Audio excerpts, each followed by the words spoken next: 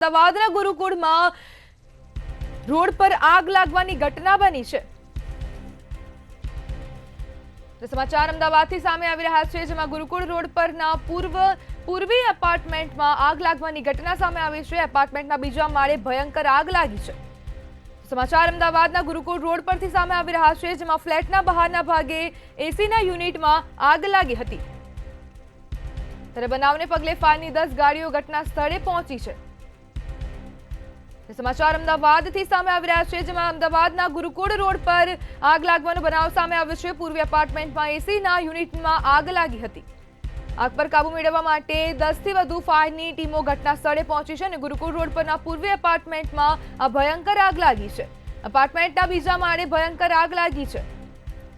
તો આગના સમાચાર અમદાવાદથી સામે આવ્યા છે, જેમાં ફ્લેટના બહારના ભાગે એસીના યુનિટમાં ભયંકર આગ લાગી છે। બનાવને પગલે ફાયરની 10 ગાડીઓ ઘટના સ્થળે પહોંચી છે અને આગ પર કાબુ મેળવવા માટે પાણીનો મારો સતત ચાલુ છે। ત્યારે આગ પર કાબુ મેળવવાના પ્રયાસો હાથ ધરવામાં આવ્યા છે। ફાયરની 10 થી વધુ ગાડીઓ ઘટના સ્થળે પહોંચી છે।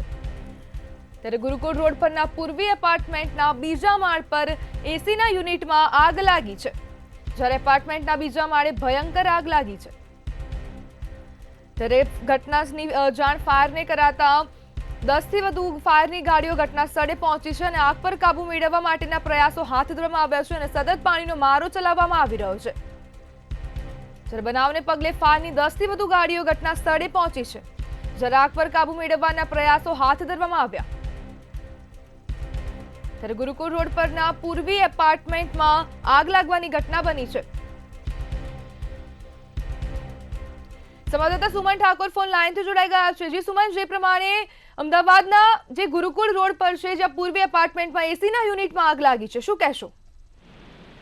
જી નંદની, કહી શકાય કે ગુરુકુળ વિસ્તારમાં આવેલા સુભાષ ચોક પાસે આ પૂર્વી એપાર્ટમેન્ટમાં આગ લાગતા જ ગેસના બાટલા ફાટતા જ બ્લાસ્ટ છે તે 3 માળે થયા છે અને કહી શકાય કે ફાયરના ઘટના સ્થળે 10 ગાડીઓ જે છે તે પણ ઘટના સ્થળે છે। સાથે કહી શકાય કે અત્યાર સુધી કોઈની જાનહાનિ છે તે પણ નહીં થઈ અને હાલ ઘટના સ્થળે તમામ ગાડીઓ હાજર છે અને ગેસના બાટલા ફાટવાથી આગનો બનાવ બન્યો છે। જી સુમન, સમગ્ર માહિતી બદલ આપનો આભાર। અમદાવાદના ગુરુકુળ રોડ પર આવેલા પૂર્વી એપાર્ટમેન્ટમાં આગની બનાવ ઘટના બની છે અને એપાર્ટમેન્ટના બીજા માળે એસીના યુનિટમાં આગ લાગી છે અને બનાવને પગલે ફાયરની 10 થી વધુ ગાડીઓ ઘટના સ્થળે પહોંચી છે અને આગ પર કાબુ મેળવવાના પ્રયાસો હાથ ધરવામાં આવ્યા છે।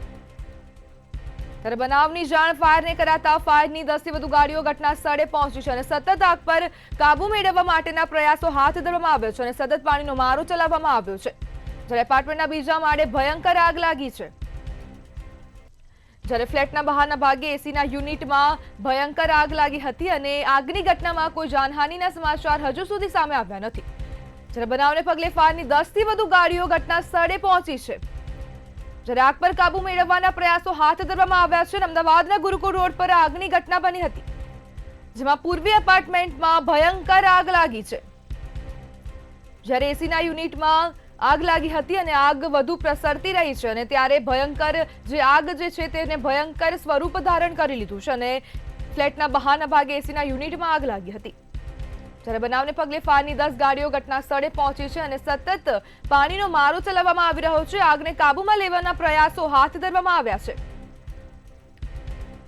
જ્યારે અત્યાર સુધી આ આગની ઘટનામાં કોઈ જાનહાનિના સમાચાર સામે આવ્યા નથી, જેમાં ગુરુકુળ રોડ પરના પૂર્વી એપાર્ટમેન્ટમાં આગ લાગી છે। ત્યારે ગરમીને કારણે આગની ઘટનાઓમાં સતત વધારો થતો રહ્યો છે। ત્યારે અમદાવાદના ગુરુકુળ રોડ વિસ્તાર પર જે પૂર્વી એપાર્ટમેન્ટ આવેલું છે, તેમાં બીજા માળે એસીના બહારની સાઈડના જે યુનિટ છે તેમાં આગ લાગી હતી અને જે આ આગ છે તે ભયંકર સ્વરૂપ ધારણ કરી લીધો હતો અને આગની ઘટનાનો બનાવ જે ફાયર બ્રિગેડને જાણ કરવામાં આવ્યો હતો અને ફાયરની 10 થી વધુ ગાડીઓ ઘટના સ્થળે પહોંચી છે અને ઘટના સ્થળે પહોંચીને આગ પર કાબુ મેળવવાના પ્રયાસો હાથ ધરવામાં આવ્યા છે। જ્યારે બનાવને પગલે ફાયરની 10 થી વધુ ગાડીઓ ઘટના સ્થળે પહોંચી આગ પર કાબુ મેળવવાના પ્રયાસો હાથ ધરવામાં આવ્યા છે।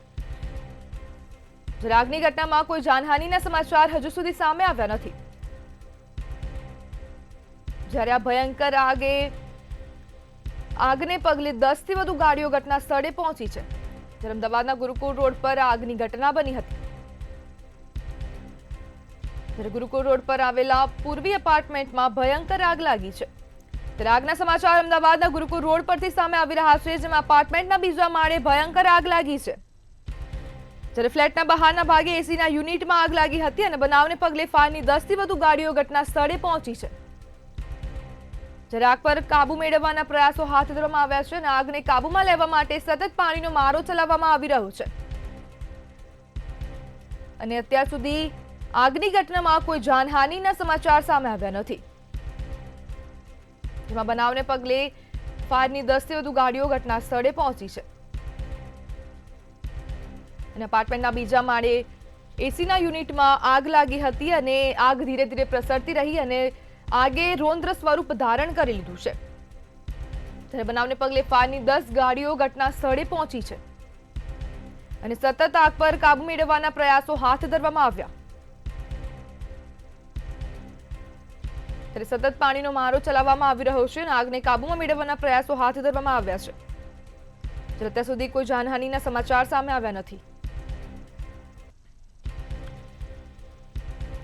અમદાવાદના ગુરુકુળ રોડ પર આવેલા પૂર્વી એપાર્ટમેન્ટમાં આ આગની ઘટના બની છે અને એપાર્ટમેન્ટના બીજા માળે ફ્લેટની બહારના ભાગે એસીના યુનિટમાં આગ લાગી હતી અને સમગ્ર બનાવની જાણ ફાયર બ્રિગેડને કરતા ફાયરનો કાફલો ઘટના સ્થળે પહોંચ્યો હતો અને આગ પર કાબુ મેળવવાના સતત પ્રયાસો હાથ ધરવામાં આવી રહ્યા છે અને સતત પાણીનો મારો ચલાવવામાં આવી રહ્યો છે।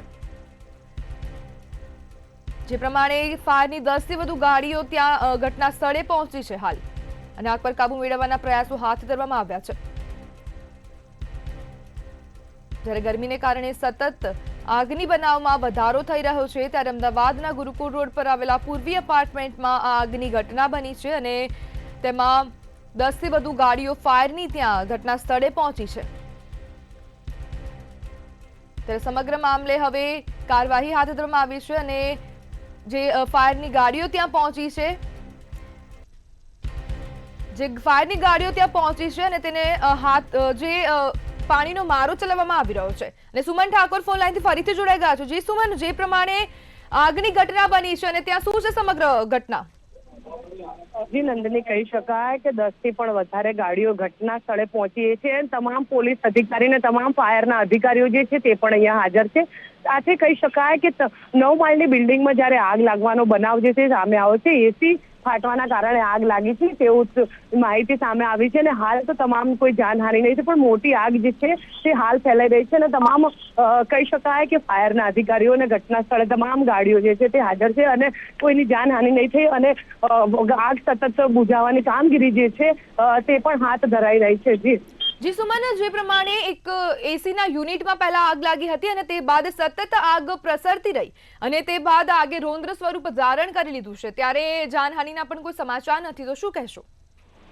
જી, કહી શકાય નંદની કે જે પહેલા એસીના બાટલા જે છે તે ફાટ્યા હતા, તે બાદ કહી શકાય કે એસી જ્યારે ફાટી તે બાદ ગેસના બાટલા હતા તેમાં પણ આગ પકડતા વધારે આગ છે તે ત્રણ માળમાં આગ છે તે લાગી હતી અને હાલ તો આગ બુઝાવવાની સતત કામગીરી જે છે તે ચાલી રહી છે અને કહી શકાય કે 10 થી પણ વધારે ગાડીઓ ઘટના સ્થળે હાજર છે અને તમામ અધિકારીઓ હાજર છે અને સતત કામગીરી જે છે તે હાથ ધરવામાં આવી છે। જી સુમન, જે આગની ઘટના જે છે, આગ પર કાબુ મેળવવા માટે કેવા પ્રયાસો હાથ ધરવામાં આવ્યા છે?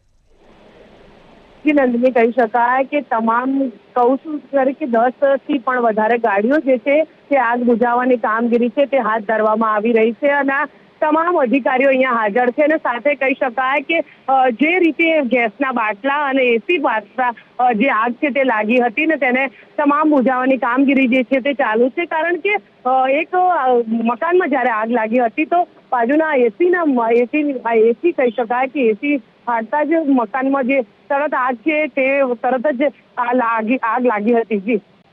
જી સુમન, જે પ્રમાણે જે ગરમીમાં સતત વધારો થઈ રહ્યો છે અને તેના કારણે પણ ક્યાંક ને ક્યાંક આગ લાગવાનું બનાવ બની શકે છે, તો શું કહેશો? જી, ચોક્કસપણે કહી શકાય કે જે રીતે સતત ગરમીનો વધારો છે તે પણ જોવા મળી રહ્યો છે અને ગરમીના કારણે પણ આગ લાગવાનું કારણ બની શકે, પણ હાલ તો કહી શકાય કે એસીમાં કંઈક કરંટ લાગતા જ જે એસી છે તે ફાટી આવ્યું હતું અને ગેસના બાટલા જે જોડે પડ્યા હતા તે પણ ફાટતા જ આગ લાગી હતી અને તમામ ઘરને નુકસાન પહોંચ્યું છે અને તમામ જે મકાનો છે, મકાનમાં જે સામાન હતો તે પણ બળીને ખાખ થઈ ગયો છે અને હાલ તો સતત તેમનું ઘરમાં રહેલા લોકોને બચાવવાની કામગીરી છે તે હાથ ધરવામાં આવી રહી છે અને 10 થી પણ વધારે ગાડીઓ હજી પણ અહીંયા ઘટના સ્થળે આવી પહોંચી છે અને કઈ રીતે આગ બુઝાવવાનું જે કામ જે છે તે ચાલુ છે.